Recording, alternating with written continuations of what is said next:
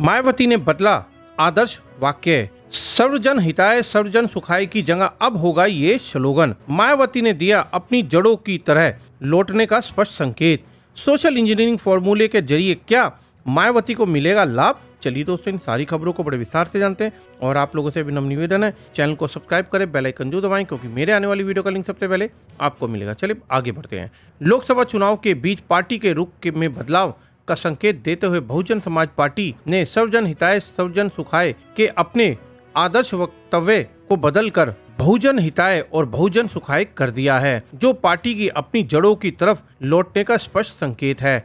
भाजपा की ओर से जो जारी प्रेस विज्ञप्ति में पार्टी अध्यक्ष मायावती की बृहस्पतिवार को नागपुर में होने वाली चुनावी सभाओं की जानकारी देते हुए बहुजन हिताय बहुजन सुखाय आदर्श वाक्य का इस्तेमाल किया गया है। अपनी स्थापना के 2 दशक से भी ज्यादा समय बीतने के बाद बसपा ने 2007 में उत्तर प्रदेश विधानसभा में अपनी सोशल इंजीनियरिंग फॉर्मूले के जरिए उच्च जाति को पार्टी के साथ जोड़ने और उत्तर प्रदेश में पहली बार पूर्ण बहुमत से सत्ता हासिल की थी, लेकिन वह अब बहुजन हिताय बहुजन सुखाय के साथ अपने मूल मतदाताओं की तरफ बढ़ती दिख रही है। बहुजन समाज पार्टी का गठन धार्मिक अल्पसंख्यकों के साथ साथ अनुसूचित जाति और अनुसूचित जनजाति और पिछड़े वर्ग यानी कि ओबीसी का जिक्र करते हुए बहुजन का प्रतिनिधित्व करने के लिए किया गया था। बसपा संस्थापक काशीराम ने जब 1984 में बसपा की स्थापना की थी, तब भारत की आबादी में 85% बहुजन शामिल थे, लेकिन 6000 अलग अलग जातियों में विभाजित थे। यह दावा काशीराम ने किया था कि बसपा कार्यालय की ओर से बृहस्पतिवार को जारी एक प्रेस विज्ञप्ति में कहा गया कि बसपा बहुजन हिताय बहुजन सुखाय के व्यापक हित और कल्याण के मद्देनजर ही इस आम चुनाव में किसी भी पार्टी अथवा गठबंधन से कोई भी तालमेल या समझौता नहीं की है।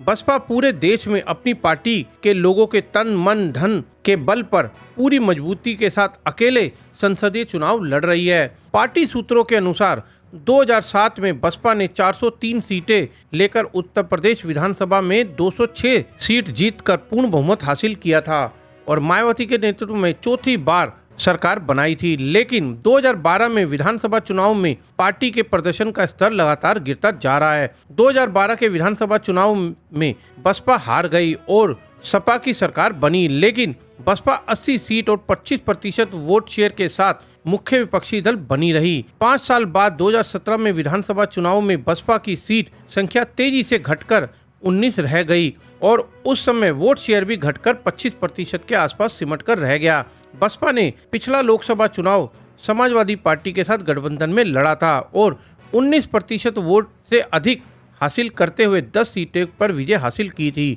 लेकिन इससे पहले 2014 में अकेले के दम पर कोई भी सीट जीतने में असफल रही थी, लेकिन अपना वोट प्रतिशत बरकरार रखा था। वर्ष 2022 में विधानसभा चुनाव में 403 सीटों में से बसपा को सिर्फ एक ही सीट पर संतोष करना पड़ा था, तो पार्टी के नेता ने के नाम पर छापने की शर्त पर कहा है कि 2022 के विधानसभा चुनाव में पार्टी की हार के बाद उत्तर प्रदेश की रणनीति में प्रासंगिक बने रहने के लिए बसपा को अपने मूल मतदाताओं को जोड़ने रखने की चुनौती का सामना करना पड़ रहा है। उन्होंने कहा है कि बसपा को इस बात का भी एहसास है कि जिस पार्टी का गठन वंचित वर्गों की समस्याओं के समाधान के लिए किया गया था, वह धीरे धीरे उसी राह पर आगे बढ़ रही है जिससे अन्य पार्टियां भी चल रही हैं। बसपा के एक अन्य नेता ने कहा है कि बसपा का गठन ब्राह्मणवाद और मनुवाद के खिलाफ हुआ था। इसकी ताकत उन वर्गों की एकता में थी जो संपन्न और ऊंची जातियों के खिलाफ थे। उन्होंने कहा है कि बाद में ब्राह्मणों और सवर्णों के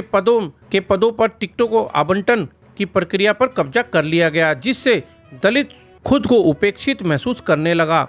उन्होंने कहा है कि पार्टी के लिए सबसे बड़ा काम अपने लगभग 13% वोट को बनाए रखना है, जो उसे 2022 के चुनाव में मिला था। एक अन्य नेता ने कहा है कि बसपा की ताकत उसका वफादार वोट बैंक है, जो हमेशा उसके साथ रहा है। उन्होंने कहा है कि इस कोर वोट बैंक की वजह से ऊंची जातियों के समेत बाकी सभी जातियां पार्टियों के साथ आ गई थी। अगर यह कोर वोट बैंक बिखर गया तो पार्टी पूरी तरह से खत्म हो जाएगी।